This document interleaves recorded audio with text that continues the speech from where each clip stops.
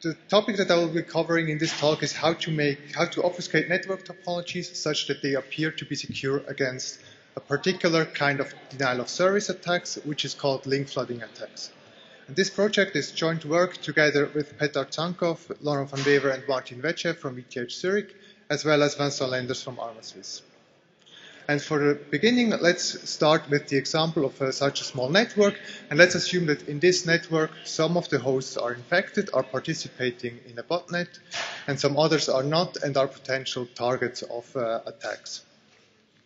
Now, a link flooding attack, as opposed to a traditional denial of service attack, does not target a particular end host, but instead it targets the infrastructure connecting the network. So, for example, such a link flooding attack would work by having the botnet sending many small flows from many different sources to many different destinations, but all of these flows have one thing in common, and that is that they cross one particular link. And while the volume of each flow individually is small, the aggregated volume that is crossing this targeted link is enough to introduce congestion on this link. Now, such attacks actually happen. One example was against a provider of secure email services. This provider or its ISPs were attacked in many ways, and one of the attacks was of this link flooding type. So the problem with these attacks is that they are very hard to even detect, because, as I already said, the flows from between the hosts, from the source is one of the hosts in the botnet, destination can be another host in a botnet or a public server. These flows are very small. They can appear like normal network traffic, and it's very hard to identify that such an attack even happens, because the increase of volume on the network edge is very small, and only on the targeted link the increase of volume is large. But as a major requirement to launch such an attack, the attacker needs to know the topology, because she needs to pick the flows or the sources and the destination of the flows such that they actually cross this attacked link. And even though most network operators don't publish their topologies and not their forwarding configurations, there are ways to find it out. One way to find a particular path in a network that you probably all know is done by using a tool called traceroute. And this traceroute tool, executed on one host with destination another host, will send a sequence of IP packets with increasing time to live values, such that later one can observe the path that packets take between the source host and the destination. So it starts with a packet with destination this host X on the right and a time to live of 1. This packet will only go to the first router, because the time to live specifies how many hops a packet can take before it expires. So this packet will expire at the first router. The router will notify the sending host about this, telling that this packet expired at router A. And from this reply, the host knows that the first hop in the path between the host and destination X is router A. Then next packet will have time to live 2. This goes up to the second router. From the reply, the host knows the second hop in the path towards X. And this is then repeated until a packet reaches X, and until the host or this traceroute tool has determined the entire path that packets take from the source host on the left to the destination host X on the right. And now, a naive approach to map an entire network topology would be to execute this traceroute technique from between all pairs of hosts. However, existing work has actually shown that the actual number of these measurements that are needed are much smaller than all pairs of nodes, and that one also does not need its own botnet to run such measurement. And in fact, there are like public measurement platforms that can run these measurements. So what I said so far is that we were looking at mitigating link flooding attacks, that for these link flooding attacks, an attacker needs to know the topology. And to know the topology, the attacker needs to somehow determine it, for example, by using these traceroute-like techniques. So if we have this, then the solution to mitigate such attacks would be just to hide the topology from an attacker, right?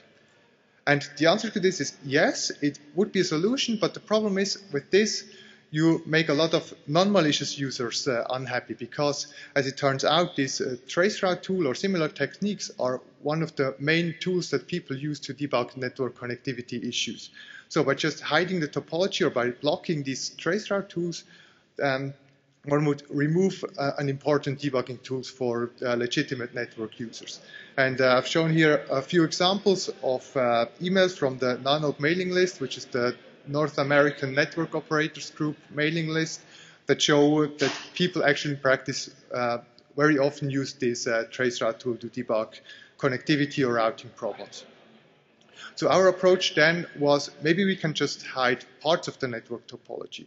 And if we only hide small parts, we would make the legitimate users still happy, because they can do most of their debugging stuff, but we would remove the information that is interesting for an attacker. And this then leads to two questions. First of all, which parts of the network do we want to hide? And second, how do we want to hide it? And these are two questions that I will answer in the remaining of this talk.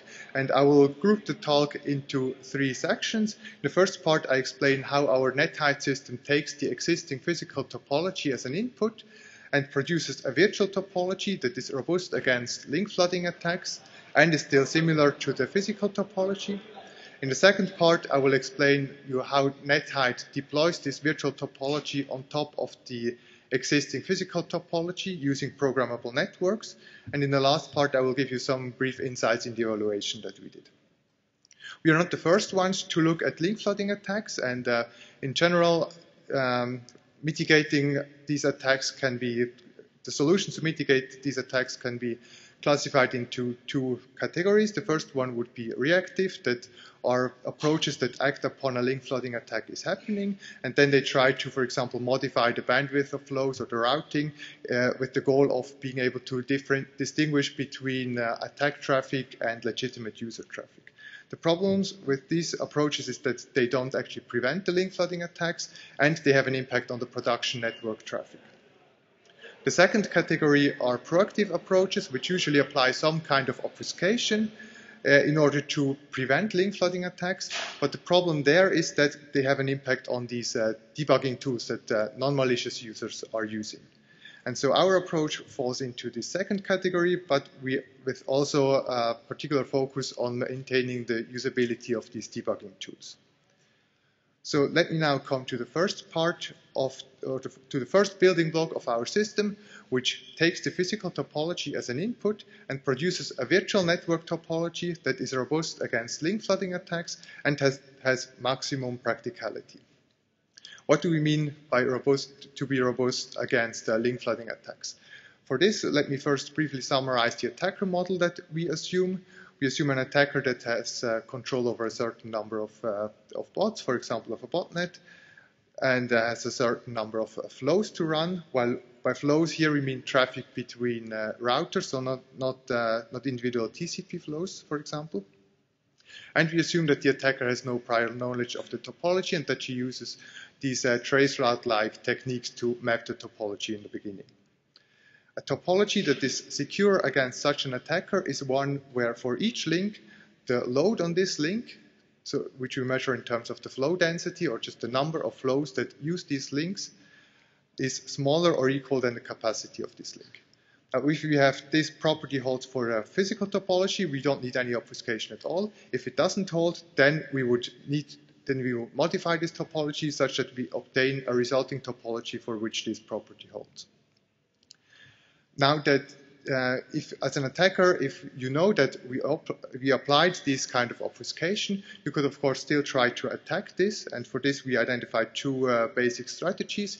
You can try to invert the obfuscation that I describe in the remaining of this talk. However, the problem here is that this is infeasible for many reasons. A few of them I will mention later in the talk, and the full discussion of this is in the paper.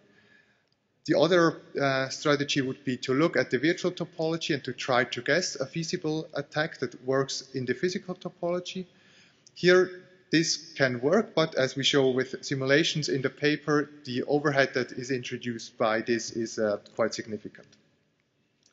So the second property now that we want of from our virtual network topology is that it has maximum practicality. And by practicality, we mean that it has two properties. The first one is a static measure by which we compare the paths that flows take in the physical topology and those that they take in the virtual topology. And with the second property, we want that dynamic events such as link failures are represented in the virtual topology.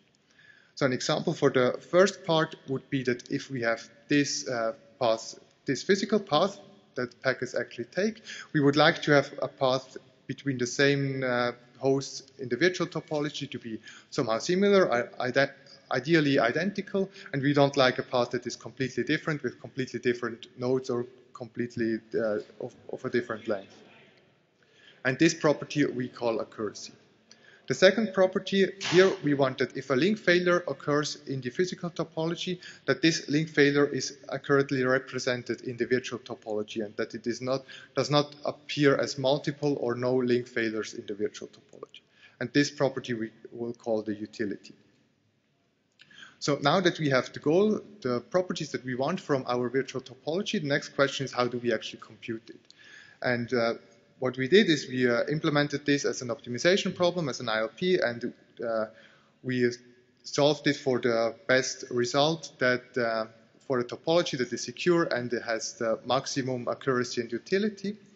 One problem there is that the number of possible solutions is exponential because of the exponential number of ways one could build a topology consisting of n nodes. So we did one optimization there, is that we randomly sample from the exponential space of possible solutions a smaller linear space of possible configurations. So these are not, we don't sample entire topologies, we sample the forwarding behavior towards each node, and then we pick the best combination of these linear number of forwarding behaviors. And this gives us much better performance. It also makes it harder to invert the obfuscation because we have this randomness that we introduced, and it, as we will show in the evaluation, it still gives us high accuracy and utility. So now I'm coming to the second part, in which I will describe how we deploy this virtual topology that we obtained in the first part on top of the existing physical network using programmable network technologies. For this we want to do in such a way that debugging tools such as this traceroute that I've shown before still work, that the network performance is not affected, and that it scales to large network. Now, a very naive solution to deploy virtual topology would be that we just take all these traceroute packets or the replies to these packets and we answer to them from a central controller by some proxies at the network edge, or we send them through a virtual simulated network instead of the real one. However, the problem with these approaches is that if you have, for example, a link failure in the real network, you would not observe the link failure in the virtual network or in the traceroute queries that you do in all of these approaches. So what we do instead is we send the traceroute packets through the actual network such that they expire at the correct router that we show in the virtual path, and that really the answer comes from this from the router that we show in the virtual path. Now, since this router is on a different location than it is, like the virtual path is different than the physical path, and we might need to modify the packet somehow that it actually expires on the correct node and that it even goes to this node. And for this, we use programmable networks. In particular, we use a programming language called P4, which allows us to program the data plane of a network with very good performance. So this P4 language supports only quite basic operations and instructions, but the operations that are supported, they later can run in hardware with very high speed. And these operations include that we can modify some header fields or all header fields of a packet. We can recompute checksums, for example, which is needed after we modified packet headers. And we can also add or remove custom headers to packets. And the basic idea is that later we will have we will tell each of the programmable devices that if it receives a packet to a destination X with a time to live I, it should modify this packet such that it is sent to destination Y with time to live J. And the idea is that each of the programmable devices then has a list of these entries and can modify traffic accordingly. Now, this solves kind of one part of the problem, that the packet expire at the correct router. The other part is that the reply that these routers send also contains the original packet that they received, or at least part of the original packet. And so we cannot directly send this back to the sender, otherwise the sender would see what we modified. And to do this in a way that scales to large network, we encode the original contents of the packet in an additional header before we send it to the router. So the way this works is that the programmable router receives a packet, which is for traceroute, it's a UDP packet. It determines that it needs to modify this packet somehow, and before it modifies it, it stores the original values of the source and destination of this packet in an additional header. It sends this packet to the router where it will expire. The router sends back this packet, sends back the notification that the packet has expired. This notification contains the original packet, including the custom header that we added. Now the device can read this header again, restore the original values, remove the header, and send the packet back to the sender. So by this, we avoid keeping any dynamic state in the programmable devices, which would be a problem because of the very limited memory that is typically available there. Now, in the last part of my talk, I want to give you some brief insights in the evaluation that we did. We did a number of experiments to measure the accuracy and utility that we observe with different amounts of obfuscation, how our obfuscation algorithm performs, how it affects timing of packets, how it works if only a small number of devices in the network are programmable, and these security simulations that I mentioned earlier. And we did these measurements with 3 different topologies of different sizes. But unfortunately, I don't have time to go into the details of all of them here. Instead, I will focus on the experiment where we analyzed the accuracy and utility for the medium-sized topology. And this experiment we did depending on the flow density reduction, which is kind of a measure of how much we obfuscated the topology. So a flow density reduction of 0 would mean we didn't need to apply any obfuscation at all. While if we have, for example, in the physical topology, 100 flows on each link, and in the virtual topology we want only 20% of flows, 20 flows on each link, we would have a flow density reduction from 100 to 20, so of 80%. And we did these simulations with 2 approaches. With our NetHide system, and also as a baseline, we included the results of a naive random algorithm that would just add random links to obfuscate the topology such that the flow density is low enough. And we see that even for high amounts of obfuscation, so for example for this 80% of flow density reduction, we still get high values for accuracy and utility. For accuracy here in this plot, and for the utility here in this plot. And furthermore, we see that at this point where we obfuscate, or where we reduce the flow density by 80%, we don't need to modify 82% of the path at all. So this means for 82% of the path in the network, we don't apply any obfuscation at all. The debugging possibilities are unmodified there. So this already brings me to the end of the talk. I hope I could show you how NetHide takes the physical network topology, creates a virtual topology that is similar but does not show vulnerabilities against link flooding attacks, then how it deploys this virtual topology in the network using programmable network devices, and in the last part I hope I could show you some insights in the evaluation that we did. I'm happy to answer questions now, and I will also be at the poster session in the afternoon if you maybe want to have longer discussions. Thank you.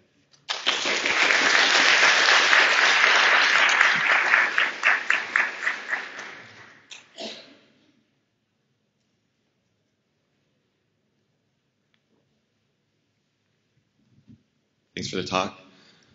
So this requires the routers on the path to run P4 or to allow programmability. How many of the routers on the internet actually allow that? It requires at least one router on the path for these paths that we need to obfuscate to run P4. But we are not really looking at the internet. Like the focus here is more on a single operator network topology. So on the internet topology, you wouldn't probably you don't have the P4 routers, and for sure you don't have the possibility to program them. Thanks. Thank you for the talk. It was really great. I think I missed it. Could you explain how you do the optimization problem and how you know inversion hardness? I didn't quite catch that. It was a little fast for me. Yes. So for the optimization problem, we do this sampling. So we have all the nodes. We don't modify the nodes, the routers, and then we assume we could have a complete graph. So we have all possible links in this topology. We sample forwarding behaviors towards each node. So this is like a forwarding behavior. This means that paths from each other node towards this node. We sample a certain number of them, like maybe 1,000 of them for each node, and then we pick the combination of the best of these n times 1,000 forwarding behaviors that gives us the maximum accuracy and utility. Hey, so is the topology fixed, or you timely randomize it? So if it is fixed, is it possible for attackers to just randomly send some packet and watch the delay and try to guess the topology? Can you say the first part of your question again? I mean, is the topology fixed, or you timely randomize the topology, say days or months? The topology is fixed, yes. Yeah, if it's fixed, is it possible for attackers to say randomly send some packet from some bot and see or watch the delay and try to guess the real topology, and then they randomize it? The delays, we don't randomize the delays. We keep the delays. So attackers can watch the delay and try to guess what could be the topology and try to de-randomize it. Is that possible? How hard it is? Yeah, yes. So timing attacks, it can be an issue if you have certain links with very different timing from others. But like if you have an intercontinental link and very short links, then you might be able to distinguish between them by looking at the timing. But in general, when you do these traceroute or these probing techniques, the vast amount of the timing that you observe is by the destination router to generate the ICMP, this reply to the packet. So this is the control plane. And the variance that you get in the timing comes from the router and not from the propagation delay in the topology. Okay. And what we also have is that the difference in path length, it was not here in the presentation, but the path that we present and the real paths are of very similar length, so maybe one or two hops difference, and then it makes it very hard to distinguish based on the timing. Okay, thank you. So let's thank the speaker again.